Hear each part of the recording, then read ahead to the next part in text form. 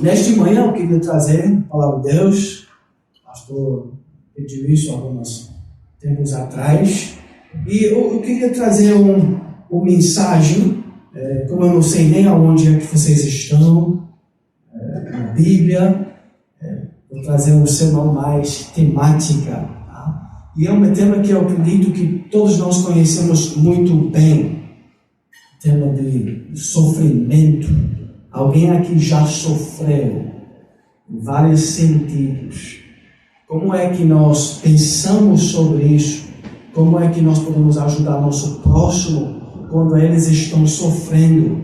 Então, na verdade, foi um estudo um pouco longo, então eu vou dividir em duas partes. Hoje de manhã nós vamos analisar assim, as circunstâncias, as razões, os personagens atrás do dor e do sofrimento. E à noite nós vamos estudar o que a Bíblia diz sobre como lidar com isso. Como nossa alma está pronto e cheio de sabedoria, né, para lidar com o dor e sofrimento que chega. Para que o povo de Deus entenda, nesta breve introdução, que como nossos nossos pais presbiterianos e reformados, eles falaram assim: todo o conselho de Deus concernente a todas as coisas necessárias para a glória de Deus e para a salvação, fé e a vida do homem. A vida do homem. E um dos aspectos da vida do homem é sofrimento. E eles acreditavam que a palavra de Deus expressamente fala acerca daquele assunto, ou pode ser lógica e claramente deduzida dela. Então a Bíblia não tem capítulo 10 de um livro que vai te dar exatamente uma exposição de como você deve lidar com o sofrimento, mas ao longo da Bíblia, nós vamos analisar alguns desses textos, nós podemos deduzir, né, meditar na palavra, entender os parâmetros onde é que nosso coração tem permissão bíblica e o norte bíblico para ir.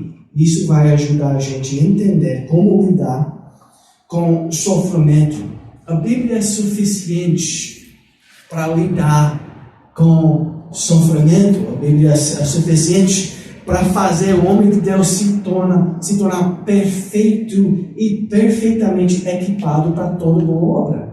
E uma das boas obras que nós precisamos aprender é como lidar com o sofrimento, porque tem poucas coisas que são mais certeza na vida do que nós todos vamos passar por sofrimento.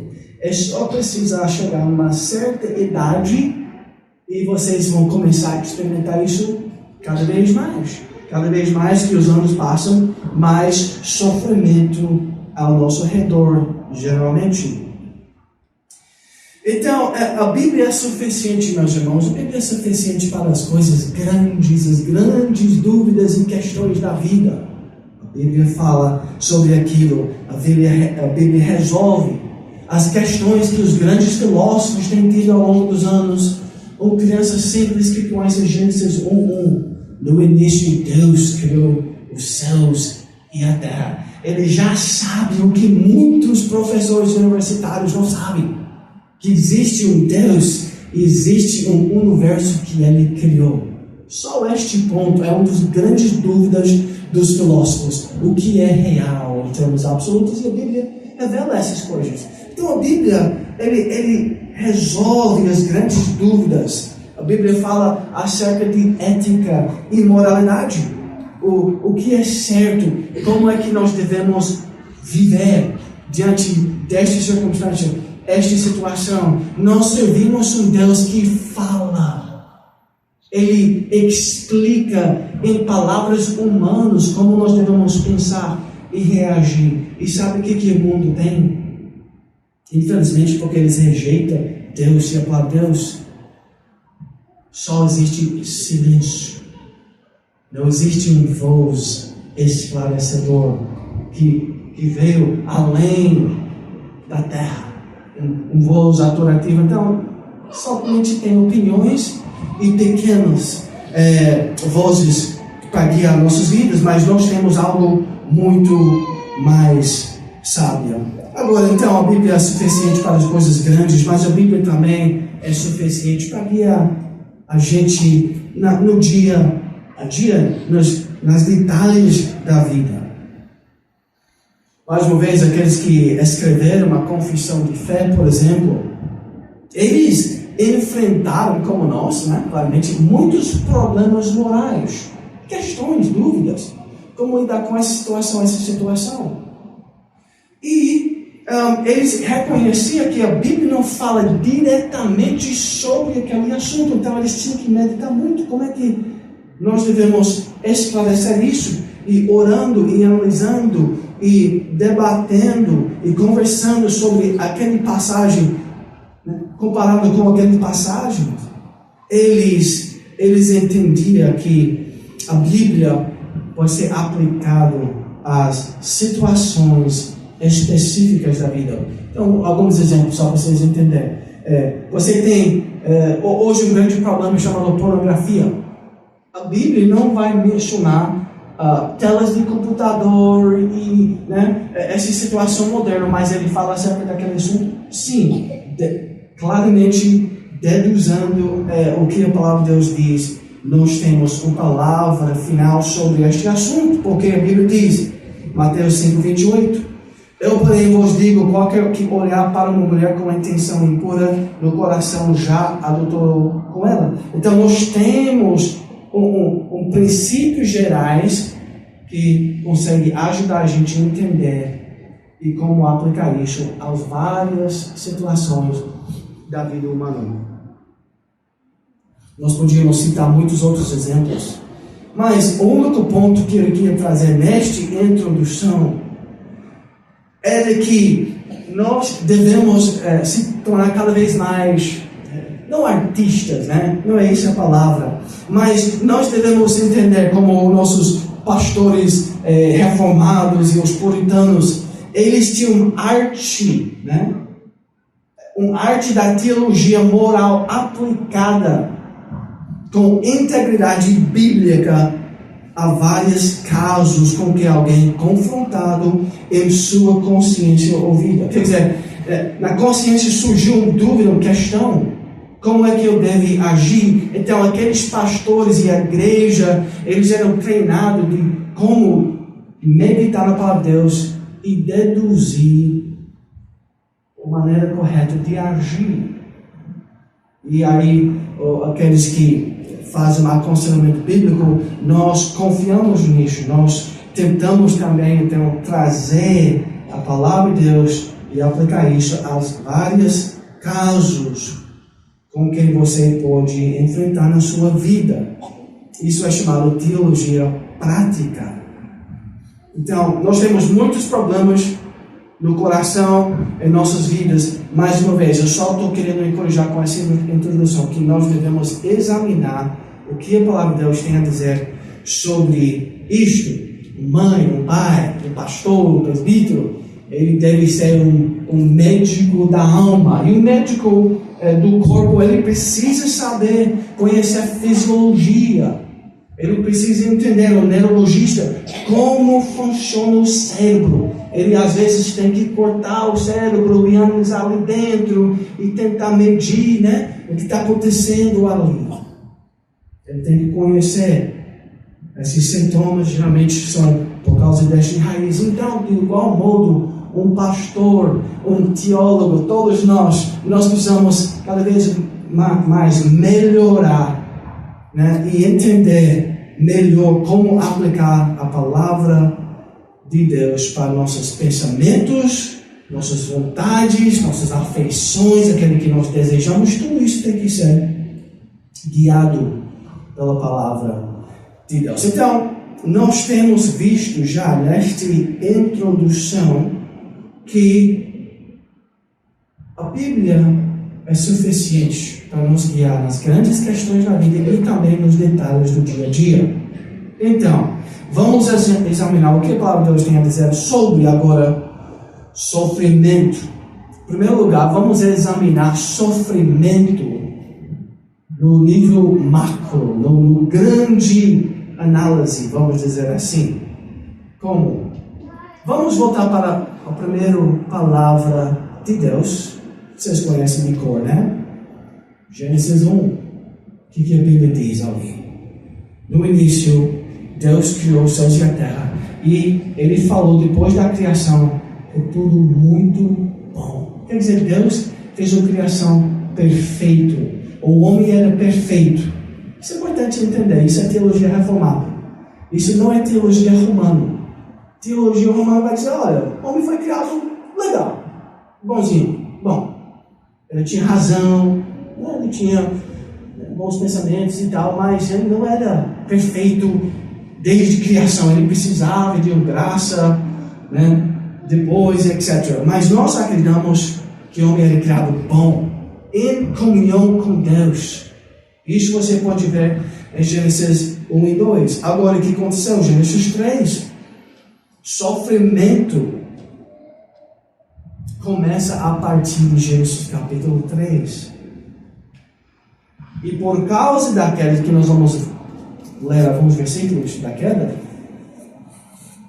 o mundo é amaldiçoado. E por isto, na macrovisão, todos nós vamos sofrer. Então nós, mais uma vez, nossas crianças devem crescer entendendo esses grandes temas teológicos e eles devem estar preparados para enfrentar uma vida de dor, desapontamento. Para que isso? Para desanimar eles? Não. Mas para preparar eles para que eles possam chegar diante de um grande dor e sofrimento e andar com força, com fé, com dependência em Deus, entendendo o que está acontecendo, porque a Bíblia revela isso para nós de modo suficiente. Sofrimento no mundo caído começa a partir de Gênesis capítulo 3. Eu quero repetir todo o texto que vocês conhecem muito bem, mas só alguns versículos. Versículo 6, por exemplo, capítulo 3. Desculpa. Vendo a mulher que a árvore era boa para se comer, agradável aos olhos e árvore desejável para dar entendimento, tomou-lhe do fruto e comeu, e deu também ao marido, e ele comeu. O que aconteceu? Eles desobedeceram a voz de Deus. Eles adotaram a palavra do serpente, eles adotaram sua própria palavra. Ela enxergou, vendo, pensando por ela mesma, sem ser dependente de Deus. Ela fez uma escolha. Isso é chamado autonomia. Ela agiu de forma autônoma. Ela não era mais uma serva de Deus. A criatura, o homem, não era mais assim sujeito à palavra de Deus, mas eles tinham agora uma outra autoridade final. A própria razão deles. Eu vou decidir para mim o que é bom. Irmãos, basicamente isso define todos os problemas filosóficos ao longo da história. É uma invenção da mente humana. Um coração agora em rebeldia contra Deus. E certamente nós, tendo tempo, nós podíamos analisar na prática ao longo da história como estas invenções filosóficas têm causado dano e guerras e sofrimento num sentido muito, muito amplo, infelizmente. Mas nota que a queda é uma rebeldia espiritual contra Deus. E aí o que Deus fala para eles? Nos versículos seguintes, por exemplo, versículo 13 de capítulo 3. Disse o Senhor Deus à mulher: que é isso que fizeste? Respondeu a mulher: a serpente me enganou e eu comi. Então o Senhor Deus disse à serpente: visto que isso fizeste, maldita és entre todos os animais domésticos e entre todos os animais selváticos. Aí, o serpente era amaldiçoado. Versículo 15: porém, inimizade entre ti e a mulher, entre a tua descendência e o seu descendente. Muitos teólogos, eles dizem que isso é a primeira menção do Evangelho na Bíblia. Quer dizer, vocês têm entrado numa rebeldia espiritual contra o Criador dos céus e a terra. Vocês tinham comunhão comigo. E até Satanás era um anjo brilhante e belo, mas eles entraram em rebeldia contra o Criador. Mas Deus é cheio de bondade e misericórdia, então Ele não deixa que este universo e que estas criaturas vão andar longe dele sem esperança. Ele providencia um caminho e Ele entra em guerra contra o mal, contra a rebeldia. Versículo 15, então, por inimizade. E basicamente esta inimizade, irmãos, é desde o início até o dia final, até a consumação. Nós estamos vendo esta inimizade. Infelizmente, e certamente isso é um causa primário do dor e sofrimento que nós estamos vendo. As guerras ideológicas que nós estamos, ao longo da história, enxergando, é por causa desta guerra espiritual. Este te ferirá a cabeça. Cristo, vai ferir a cabeça do serpente e tu lhe ferirás o calcanhar. Por isso a gente vai para o céu mancando em nossos relacionamentos. Nós vamos para o céu mancando de várias formas. Nossos filhos, nós temos problemas físicos até porque Satanás é como um leão. E ele está atrás do povo de Deus. Então, nós estamos guerreiros, nós estamos mancando por causa da opressão de Satanás. Por exemplo, eu sei que os reformados não falam muito sobre este assunto, mas é uma realidade. Ele está em guerra.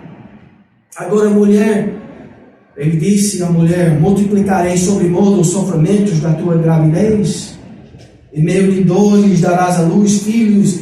O teu desejo será para o teu marido e ele te governará. Os relacionamentos conjugal vai ter conflito, vai ter dor na família.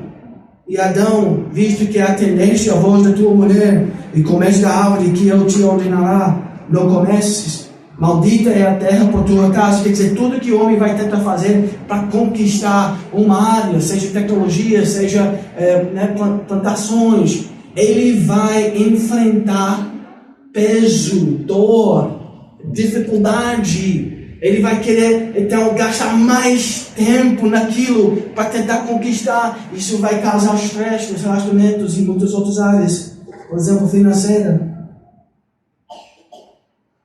Vai ser difícil. E o suor do rosto comerás até o pão. Então, este, irmãos, é o sentido macro, o berço do dor e sofrimento neste mundo. Romanos 8, vocês conhecem também. Nós só estamos meditando rapidamente nestes textos tão famosos. A criação, diz Romanos 8, está sujeita à vaidade. Quer dizer, nós não vamos enxergar na criação, até nos aspectos físicos deste mundo, uma perfeição. A gente está vendo isso até nos nossos próprios corpos. Nossos corpos estão deteriorando. Isto é por causa da queda espiritual e da maldição. Então a criação está sujeita à vaidade, não voluntariamente, mas por causa daquele que a sujeitou. Então a criação também tem uma esperança, mas hoje geme e suporta angústias até agora, aguardando a adoção de filhos. Então isso que nós estamos fazendo aqui, tentando restaurar a adoração, colocando Deus no lugar certo, irmãos. Esta é a coisa mais importante que nós podemos fazer para restaurar até a própria terra, até os aspectos físicos deste mundo. em primeiro lugar, nós precisamos restaurar a alma, a adoração verdadeira e a glória de Deus em todas as áreas da vida. Então, mais uma vez, a criação só será restabelecida quando o homem é restaurado com Deus. Então, evangelização, culto ao nosso Deus, culto doméstico, assim, conduzindo nossos corações e nossas ações, nossas mentes, nossas mãos, nossos corações, nossas afeições, tudo isso está sendo subjugado a Deus. Isto sim é o início de um crescimento até nas áreas físicas. Então, essa tentativa de restaurar a terra através de política, através de ideologias, simplesmente plantando árvores, ou salvando baleias e etc., isso nunca vai poder redimir e restaurar a terra, porque o problema principal é o problema espiritual. Então, irmãos, vocês conhecem bem, por causa da queda, então, todos nós enfrentamos relacionamentos quebrados, filhos vão morrer, nós vamos ficar com doenças terminais, depressão vai chegar em nossas vidas, injustiça, guerras, e aí nós podíamos continuar. Vocês conhecem muito bem dois sofrimentos que são universais neste mundo no qual vivemos.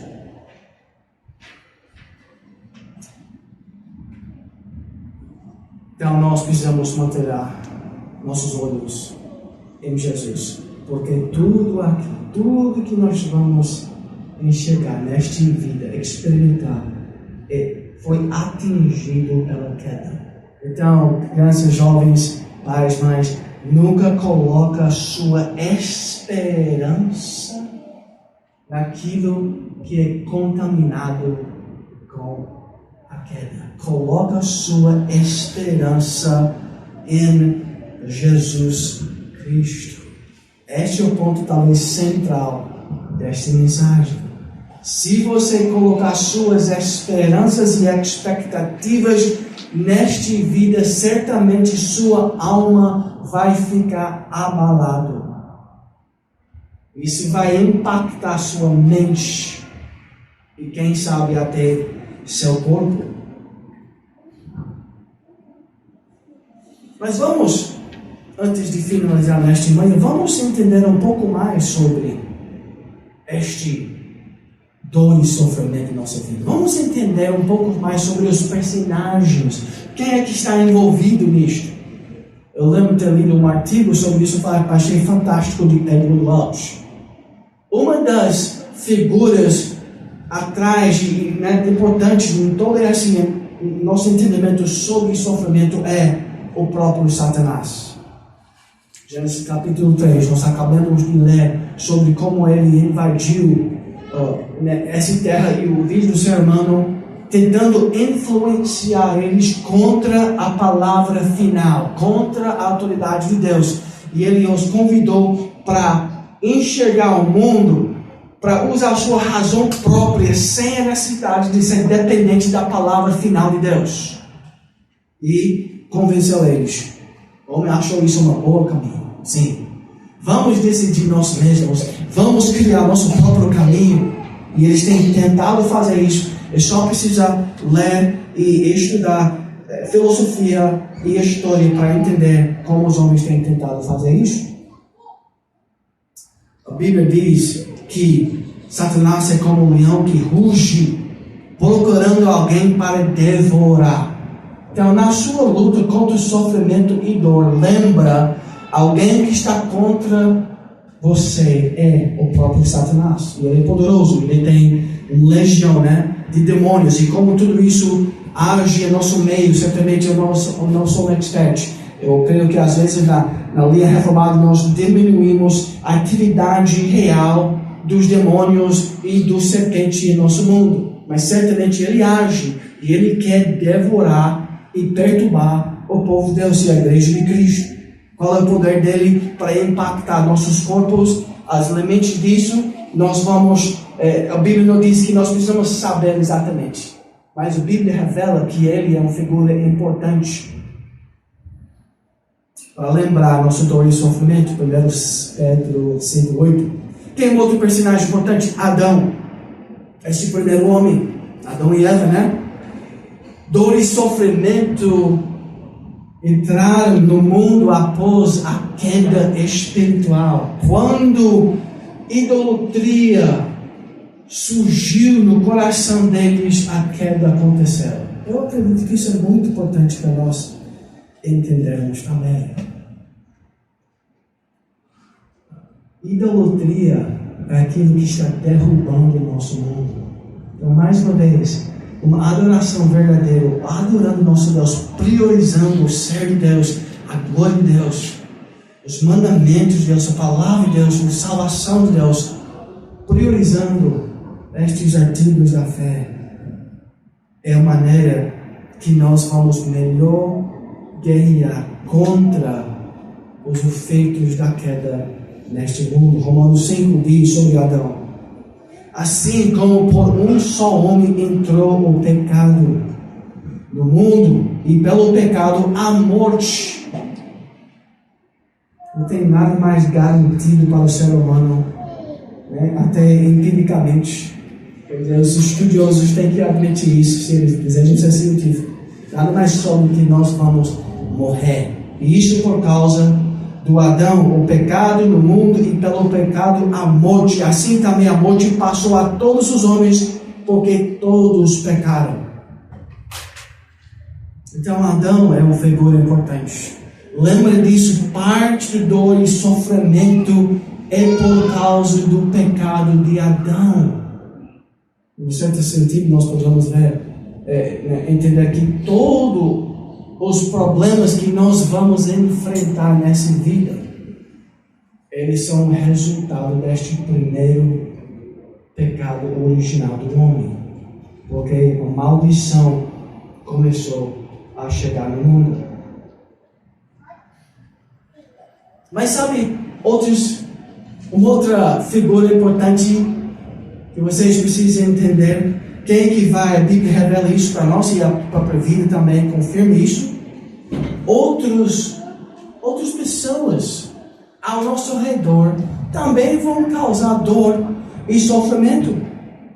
Eles vão te desrespeitar, eles vão fofocar sobre sua vida, eles vão te abusar, menosprezar, odiar, eles vão brigar com você, abandonar, e nós podemos ir. Eles vão fazer corrupção, isso vai impactar a sua vida. Outras pessoas causam dor e sofrimento. Então não espera nas pessoas em última análise. Eles também são parte do dor e sofrimento. Segundo Pedro 2:3 diz assim, nós estamos refletindo sobre alguns textos que iluminam estas figuras, estes personagens. Segundo Pedro 2:3 diz: também movidos por avareza farão comércio de vós com palavras fictícias, para eles o juízo lavrado a longo tempo não tarde, e a sua destruição não dorme. Avareza.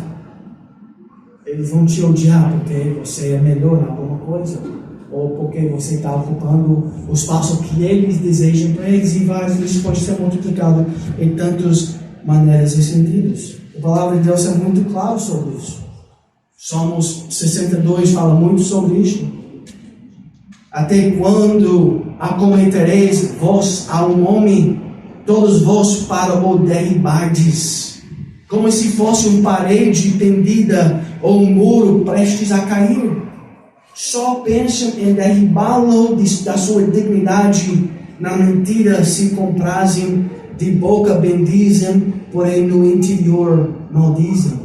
Então, as outras pessoas, aparentemente, eles podem sorrir e falar gentilmente, mas no coração pode estar acontecendo várias maldades sobre sua vida. E certamente eles fizeram isto com Jesus. Você pode pensar até na situação de Judas, né? Que era um suposto amigo de Jesus e traiu ele por um pouco de recurso. Então, muita falsidade existe nas pessoas, e diz a palavra de Deus. Eles juntos são mais leves que a vaidade.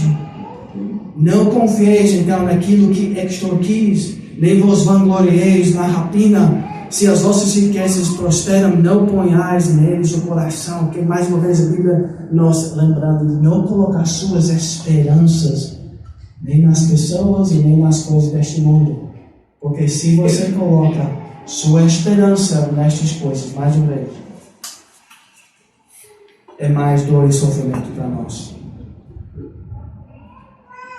Tem uma outra causa de dor e sofrimento que agora é a natureza amaldiçoado. Lembra de Covid de alguns anos atrás? Todos nós tínhamos que ficar em casa de acordo com o governo e muitos de nós não podíamos, eles disseram não podia ir na igreja. Foi muito dor e sofrimento. E quem sabe muitas pessoas estão morrendo, eles dizem, ainda hoje por causa daquela situação. Natureza amaldiçoada, misturado talvez com o coração mal do homem. Tempestades. Ali no Rio Grande do Sul nós temos tido o maior dilúvio que nós podemos lembrar em tempos recentes do Brasil. Doenças e fragilidade corporal. Eu joguei basquete demais, então todo dia, todo passo que eu faço é com dor e sofrimento. Natureza agora também é amaldiçoada. Então isso é uma outra razão ou situação por causa de dor e sofrimento na nossa vida. Está vendo como a Bíblia esclarece muito sobre dor e sofrimento? Agora, um que nós muitas vezes esquecemos e talvez na lei reformada eu creio que é a prioridade, aquilo que nós temos enfatizado mais e corretamente. Sabe qual um outro personagem no dor e sofrimento? Nós mesmos. Nós então não somos sofredores inocentes. Nós também somos pecadores. Claro que nós temos que ter cuidado aqui de pensar, se alguém está sofrendo é por causa de um pecado pessoal dele. Mas, para fazer uma autoanálise, nós devemos lembrar que muitas vezes que eu sofro é por causa do meu próprio coração cheio de pecado ainda. O mal, diz o apóstolo Paulo, o mal que habita em mim, o velho homem, o primeiro Adão que ainda não morreu completamente, em Cristo já morreu, nova criatura é, mas os restícios daquele velho natureza ainda faz guerra em nossa alma. Este mal que habita em mim é uma causa grande de dor e sofrimento em nossas vidas. Como é difícil para nós renunciar falsos pensamentos carnais. Como é difícil para nós retirar os falsos apetites, os sonhos desta vida. Eles ficam lá, eles ficam perturbando nossa vida espiritual. Como nós estamos cheios de hipocrisia. Nós temos uma opinião muito elevada sobre nós mesmos e nós apagamos em nossa própria mente nossos erros, nossas falhas, nós queremos esquecer e nós desejamos salientar o erro de outras pessoas. E Jesus, ele fala para nós acerca daquilo. Ele diz assim: tira o trave do teu olho. Em primeiro lugar, focalizar, irmãos, na sua própria pecaminosidade, antes de enxergar o argueiro no olho de teu irmão. Então Jesus ele faz um ensinamento incrivelmente importante para nós. Focaliza em nós mesmos. Cuide de nossa própria alma em primeiro lugar. Como nós estamos cheios de vícios que nós escondemos das outras pessoas. Ou nós pensamos que nossos vícios são leves e insignificantes. Não, eu não sou tão ruim assim, não. Quando nós temos um dom, nós gostamos de valorizar isso e propagar isso, mas se nós enxergamos um dom no outro, nós temos a tendência de diminuir. Isso acontece até na igreja de Cristo. Agora tem mais uma figura importante em tudo isso, atrás de todo esse sofrimento. Sabe quem é? É o próprio Deus. É o próprio Deus. Ruth 1:20 diz assim: porém ela lhes dizia: não me chameis Noemi, chamai-me Mará, porque grande amargura me tem dado o Todo-Poderoso. O Todo-Poderoso tem me afligido. Então, em todas nossas observâncias e meditações sobre dor e sofrimento, no final da análise, nós precisamos entender que Deus é soberano. O Todo-Poderoso tem me afligido. Jó diz a mesma coisa. Falas como qualquer doida. Ele fala para a mulher: temos recebido o bem de Deus. Nós queremos receber o bem, mas o mal não receberemos. Ele faz essa pergunta. 1 Pedro 4:19. Por isso também os que sofrem segundo a vontade de Deus. Quer dizer, nós sofremos de acordo com a vontade de Deus. Então nós não sofremos de um modo caótico, sem esperança. Agora, como é que o mundo vai lidar com o sofrimento? É um sofrimento sem razão. A evolução produziu isso, então você tem que aguentar aquilo. Lá no hinduísmo, você tem uma criança morrendo na sua casa. É parte da vida. Do bem e do mal juntos. Em reencarnação, fez o mal no passado, então está pagando por aquilo. Não pode parar o processo de sofrimento, porque faz parte do processo da natureza. Vocês não podem acreditar no nível de sofrimento que existe nesses países onde não existe o Deus verdadeiro. Mas Deus tem falado para nós como lidar com o sofrimento, e nós também temos que lembrar que Deus, no qual fomos feitos herança, Ele nos predestinou segundo o propósito daquele que faz todas as coisas conforme o conselho da sua vontade. Agora, isso pode criar dúvidas no coração, talvez de um jovem, etc. Isso não quer dizer que ele é o autor do mal ou do pecado. Mas essas duas verdades são verdades bíblicas. Ele é todo soberano, mas ele não é o autor do mal. Mas ele é soberano sobre aquilo. Nós não temos uma clareza total sobre este assunto vindo da palavra de Deus. Então nós deixamos isso para o futuro, onde tudo vai ser revelado. Irmãos, nós temos visto nesta manhã várias fontes ou causas de sofrimento neste mundo agora caído. Então, quando você está sofrendo, vendo sofrimento, a Bíblia não enfatiza exatamente que você deve saber sempre a causa, porque tem várias possíveis causas. Satanás, a opressão dos demônios, pode ser por causa da queda de Adão, em termos gerais, maldição na terra. Pode ser por causa do pecado próprio. Eu acho muito saudável a gente lembrar isso, porque eu acho que foi meio esquecido. Quando nós estamos passando por talvez pode ser uma pequena tragédia, talvez nós devemos pensar assim: será que eu estou tendo pecado na minha vida? E quase sempre você vai poder enxergar isso. Aconteceu isso comigo assim, recentemente. Até muito recentemente, ontem de manhã eu recebi uma ligação. Olha, a vaca que está dando 15, 20 litros de leite morreu hoje de manhã. E pequena tragédia, né? Como é que nós vamos lidar com uma vaca imensa agora? Tem que pegar um trator, etc. Perturbação na vida. Será que Deus está me lembrando a acordar por alguma razão do pecado? Saudável. Quando nós estamos passando por sofrimento, que nós mesmos, nós fazemos essa autoanálise. Será que esta é a fonte do meu próprio pecado?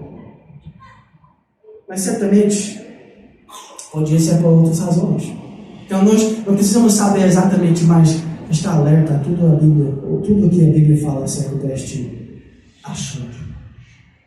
Jó, no final, depois de ter muito sofrimento, a resposta para Jó, na dúvida dele sobre sofrimento e dor, Deus diz assim: saiba que eu sou Deus.